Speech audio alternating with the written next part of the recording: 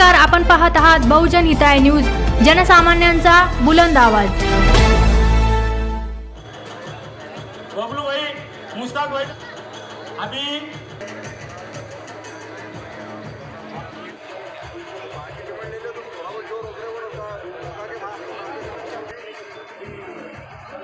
सिंह भाई नांदेड़ वाले, इनका सत्कार हाजी भाई करेंगे।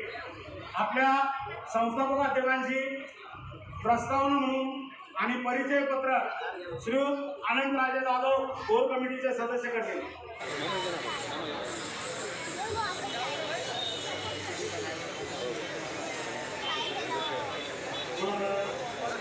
औरंगाबाद जिल्हाध्यक्ष म्हणून सर्वांच्या संमतीने आपले लाडके श्री रिजवान भाई घोषित करण्यात येत आहे।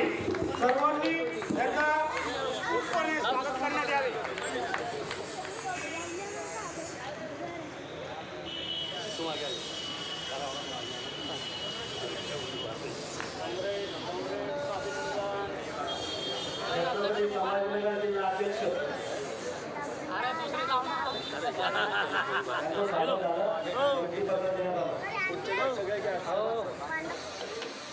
दक्षिण जिल्हाध्यक्ष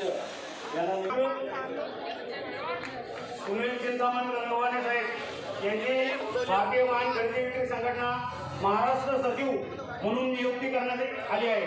त्यांना त्यांचं कार्यक्षेत्र भारत हे सर्टिफिकेट देण्यात येत आहे।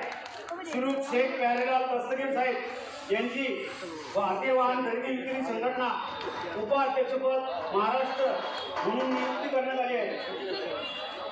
ठीक आहे। श्री इब्राहिम पी चौधरी साहेब यांची विदर्भाध्यक्ष म्हणून नियुक्ती करण्यात आली आहे। इब्राहिम पी चौधरी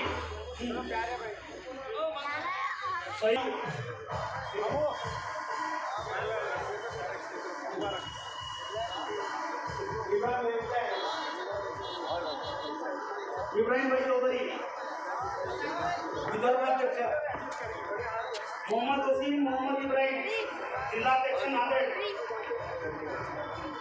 जय हिंद, मी आरिफ खान, भारतीय वाहन खरेदी विक्री संघटना राष्ट्रीय अध्यक्ष, जैन चालक मालक संघटना राष्ट्रीय अध्यक्ष।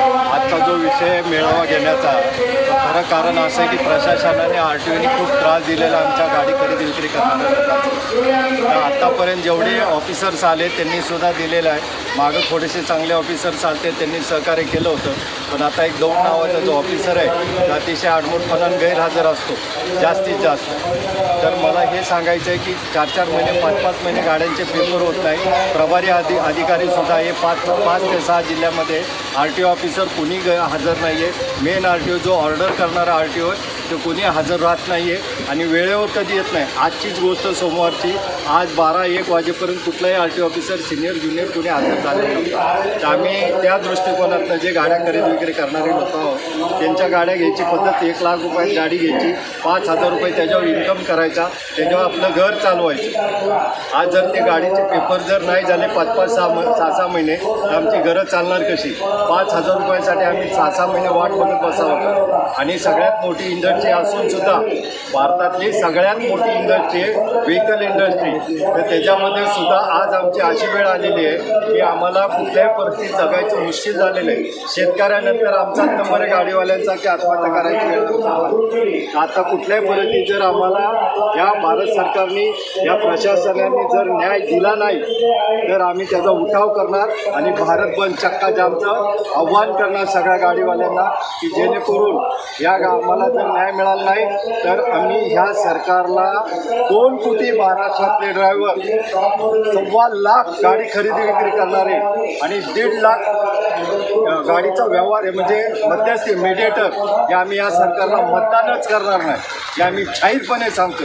आणि आमची तळतळून सांगतो एकदम की जेणेकरून आम्हाला जर आता मदत झाली नाही या सरकारची तर आम्ही 99% या सरकारला मतदान करणार। या संदर्भात काही परिवहन मंत्र्यांच्या पाठपुरावा वगैरे केला? आम्ही परिवहन मंत्र्यांपर्यंत पोहोचलो। एकनाथ शिंदे साहेब आता परिवहन मंत्री आहे, ईमेल केले, स्वतः जाऊन अर्ज दिले, पण त्या अर्जाची दखल घेतली गेली नाही. आमची त्या दिल्लीतल्या शेतकऱ्यांसारखी परिस्थिती झाली, आंदोलनासारखी 700 शेतकरी मेले तरी या सरकारला जाग आली नाही. आता आम्ही एवढे मरायच्या पाळीत आलेलो आहोत तरी महाराष्ट्र शासनाला जाग येत नाही आहे. आमचे कुठल्याही परिस्थितीत कुठल्याही 54 RTOमध्ये एवढे मोठे भ्रष्टाचार चालू आहेत आणि त्याच्यातनं बी ऑफिसर हजर नाही आणि त्याच्यातनं आम्ही उपाशी मारायची वेळ आलेली आहे. शेतकरी जर आत्महत्या करत असेल तर त्याच्यानंतर आमचा नंबर आहे. या आजच्या त्या मेळाव्यामध्ये काय निर्णय झाला आहे का काय? आज आम्ही आजची पुढची रणनीती आम्ही इथं ठरवत आहोत. आजची रणनीती अशी आहे की आम्ही 3 वाजता RTO ऑफिसला जाणार आहोत. आजच्याच घडीला त्यांना परत एकदा निवेदन देणार आहोत. याच्या अगोदरी मी 15 दिवसापूर्वी निवेदन दिलेलं होतं. याच्या अगोदरी दर महिन्याला इथल्या औरंगाबाद जिल्ह्यातले सगळे लोक निवेदन देऊन रिक्वेस्ट करत होते. आमचे सोलापूर औरंगाबाद जिल्ह्याचे अध्यक्ष वसीमबाई यांनी स्वतः पाठपुरावा करत राहिले, पण हाताबाहेर परिस्थिती गेलेली आहे. कुठलाही ऑफिसर हजर नसल्यामुळे आमची कामं अडलेली आहेत. आम्ही आता एकदा 3 वाजता त्यांच्यापाशी जाऊन परत एकदा निवेदन आमच्या काय मागण्या आहेत ते मागणार आहोत आणि अदरवाईज जर त्यांनी मान्य केलं नाही तर आम्ही भारत बंदचं आव्हान करू. वाहन बाजारामध्ये संघटना किती आणि त्याची एकूण सदस्य संख्या किती? भारतामध्ये खरेदी विक्री संघटनेची संख्या आहे 8 लाख. पूर्ण भारतामध्ये 8 लाख सभासद आहेत. ते खरेदी विक्री संघटनेचे जैन चालक मालक संघटनेचे 22 कोटी ड्रायव्हर आहेत आणि महाराष्ट्रामध्ये 2 कोटी ड्रायव्हर आहेत. एवढी मोठी संख्या आमच्या दोन्ही संघटनेची आहे. या निमित्ताने प्रशासन किंवा परिवहन मंत्र्यांना काय आव्हान कराल? मी परिवहन मंत्र्यांना हे आव्हान करू इच्छितो की आमच्या गाडीवाल्यांकडे लक्ष द्या. तुमचा हिट अँड रनचा कायदा आणलेला आहे, तुमचा रोड सुरक्षेचा कायदा दिलेला नाही, हे दिलेलं आहे. आम्हाला गाडी व्यवसायासाठी एक आयोग या भारत सरकारने किंवा महाराष्ट्र सरकारने नेमावा की जेणेकरून आम्हाला जे अत्याचार होतात, फायनान्सचा अत्याचार, पोलिसाचा अत्याचार, RTOचा अत्याचार, यांच्या कंप्लेंट कोणी घेत नाही. त्याच्यासाठी आम्हाला एक आयोग महाराष्ट्र सरकारने किंवा भारत सरकारने आम्हाला द्यावा की जेणेकरून आमच्या ज्या अडचणी त्या सोडवायचं काम वाहन आयोग करेल. मेरा नाम सैयद वसीमुद्दीन, मैं भारतीय वाहन खरीदी बिक्री संगठन का जिला अध्यक्ष हूँ. हमारे पूरे जो व्यापारी हैं डीलर एसोसिएशन RTO की तरफ से बहुत ज़्यादा इश्यूज है. गाड़ियों जल्दी ट्रांसफर हो नहीं रही और यहाँ के जो 2 नंबर के RTO ने अननेसेसरी एक चीज़ जो है मैंडेटरी कर दी है, बिफोर मी वाली अट, जिससे हम काफ़ी टाइम से परेशान हैं. गाड़ियाँ जल्दी ट्रांसफ़र नहीं हो रही है, हमारा धंधा अड़चन में आया हुआ है. बिफोर मी की अट जो है यहाँ के RTO ने रद्द कर देनी चाहिए, क्योंकि मोटर व्हीकल एक्ट 1988 के हिसाब से पूरे महाराष्ट्र में कहीं भी बिफोर मी की अट है ही नहीं. लेकिन यहाँ के RTO ने ये अननेसेसरी अट डाली है. क्यों डाली है उनको पता है. तो मैनेजमेंट डिसाइड कारोबार उनका है. दूसरी बात, यहाँ पर फुल टाइम RTO अवेलेबल है ही नहीं. लास्ट टाइम काटोड़े साहब जो थे उनके पास एडिशनल चार्ज था, औरंगाबाद RTO और जालना दोनों था, अवेलेबल नहीं रहते. ये लोग गैरहाजिर रहते, उन लोग जाए कहाँ? सेकेंड थिंग, उनको जो है एक खिड़की योजना जो है स्कीम वो शुरू की जाए. RTO में जाए तो गवर्नमेंट देगी इसको, वहाँ पर भी है नहीं. चलो एजेंट के रूप में उनको ऑब्जेक्शन नहीं है, एजेंट से वो करते बेचारे काम, लेकिन वहाँ पर प्रॉपर वे चाहिए. इन्वर्ट के लिए चाहिए कि भाई अपने डॉक्यूमेंट जमा किए, हमको मिलेगी. एक खिड़की योजना स्कीम वहाँ पर चालू होना चाहिए.